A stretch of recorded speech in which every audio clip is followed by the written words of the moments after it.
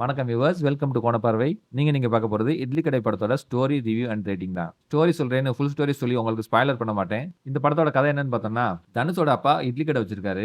தனுஷுமே catering படிக்கிறாரு. அவர் படிச்சு முடிச்சதுக்கு அப்புறம் கடைய எக்ஸ்டெண்ட் பண்ணணும். பக்கத்துலலாம் பிரான்ச் ஆரம்பிக்கணும் அப்படிங்கிறாரு. அதுக்கு தனுஷ் அப்பா வந்து முரண்பாடா இருக்காரு. மத்த கடை ஆரம்பிச்சா அது வேற பேர்ல ஆரம்பிச்சுக்கோ அப்படிங்கிறாரு. அதுக்கு தனுஷ் சொல்றாரு, நான் காரு, பங்களாலாம் வாங்கணும். இந்த ஊர்ல மத்தவங்கலாம் வெளியூர் போய் சம்பாதிக்கிறாங்க. நானும் போறேன் அப்படின்னு சென்னைக்கு போறாரு. அதுக்கப்புறம் படிப்படியா முன்னேறி பேங்காக்ல ஒரு பெரிய ஹோட்டல காட்டுறாங்க. அங்க வந்து இவரு வேலை பார்க்குறாரு. அந்த ஹோட்டலோட ஓனர் தான் சத்யராஜ். அது ஒரு ரொம்ப பெரிய ஹோட்டல்னு காட்டுறாங்க.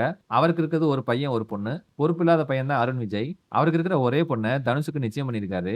இப்படி இருக்கப்ப தனுஷோட கல்யாணத்துக்கு அவர் அப்பா வரமாட்டேன்னு சொல்லிட்டாரு. அப்புறம் அவர் இறந்தும் போயிறாரு. இந்த காரணத்தினால தனுஷ் பேங்காக்ல இருந்து இந்தியா வராரு. அவங்க அப்பா இறந்த கொஞ்ச நாள்லயே அவங்க அம்மாவும் இறந்துடுறாங்க. சோ இதனால தனுஷ் ரொம்ப அப்செட் ஆறாரு.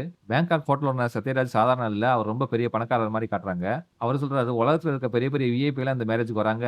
இந்த ஒரு காரணத்தினால கல்யாணத்த தள்ளி போடலாம் முடியாது. இந்த கல்யாணம் சொன்ன தேதியில நடக்கலன்னா அது பெரிய அசிங்கமாயிரும் அப்படிங்கிறாரு. நீ வருவியா மாட்டியா அப்படிங்கிறாரு. அதுக்கு தனுஷ் வரல அப்படின்ட்டாரு. வர முடியாதுன்னு சொன்ன தனுஷ் ஊர்ல உள்ள தன்னோட அப்பாவான இட்லி கடைய பாத்துக்கிறாரு. ஊர்ல இவரோட லைஃப் ஸ்மூத்தா போயிட்டு இருக்கு.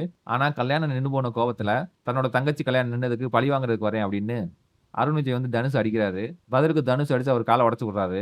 இந்த விஷயம் தெரிஞ்சு சத்யராஜ் பேங்காக்ல இருந்து இந்தியா வராரு. சத்யராஜ், அருண் விஜயும் சேர்ந்து தனுஷ்க்கு என்னெல்லாம் பிரச்சனை குடுக்குறாங்க. அத தனுஷ் எப்படிலாம் சமாளிக்கிறாரு அப்படிங்கிறது தான் படத்தோட கதை. இந்த படம் ஓவராலா எப்படி இருக்குன்னா, பார்க்கறதுக்கு ஸ்மூத்தா போகுது. ஒரு நீட் அண்ட் டீசென்ட்டான மூவி. இந்த படத்துல தேவையான அளவு த்ரில்லும் இருக்கு. அதனால படம் பார்க்கறதுக்கு நல்லா தான் போகுது. ஒரு கட்டத்துல மேரேஜ் நின்னத பத்தி சத்யராஜோட மகள் கேட்கறாங்க. "நீ வராதனால எங்களுக்கு எவ்வளவு அசிங்கம் தெரியுமா?" அப்படின்னு. அதுக்கு தனுஷ் ஒரு பதில் சொல்லுவாரு. என்னன்னா, "என் அப்பா இறந்த மாரி உன் அப்பா நின்னுருந்தா அப்பயும் கல்யாணத்த நிறுத்தக்கூடாது பண்ணணும் அப்படின்னு சொல்லியிருப்பியா?" அப்படின்னு. "உங்க அப்பா உயிர்னா வேற, எங்க அப்பா உயிர்னா வேறயா?" அப்படின்னு கேட்பாரு. சோ படத்துல அங்கங்க நல்ல நல்ல மெசேஜஸ், கருத்துக்கள்லாம் சொல்லியிருக்காங்க. இந்த படம் ஃபேமிலில உள்ள பெரியவங்களோட சேர்ந்து போய் பார்க்க வேண்டிய ஒரு நல்ல படம். இந்த படத்துல தனுஷோட நடிப்பு வழக்கம் போல ஃபண்டாஸ்டிக்கா இருக்கு. நித்யா மேனன பார்க்கும்போது தான் அந்த ஏதோ மட் லுக் மாரி மேக்கப் போட்டு அது கொஞ்சம் அவுக்கடா இருக்கு. அவங்களோட நேச்சுரலான ஒயிட் கலர்லயே இத விட்டுருக்கலாம். சத்யராஜ் அவர்கள் பிள்ளைகளுக்கு செல்லம் குடுத்து குடுக்குற அப்பா எப்படி இருப்பாரோ அந்த மாரி கரெக்ட்டா நடிச்சிருக்காரு. அருண் விஜய் ஒரு பொறுப்பற்ற பையன் எப்படி இருப்பாரோ அது மாரி நேச்சுரலா நடிச்சிருக்காரு. ரொம்ப யங்காவும் தெரியிறாரு.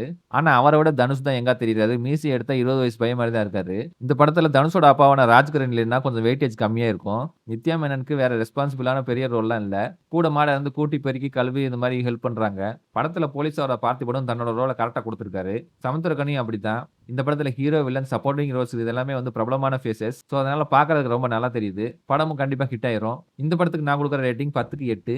மீண்டும் உங்கள அடுத்த வீடியோல சந்திக்கிறேன். நன்றி, வணக்கம்.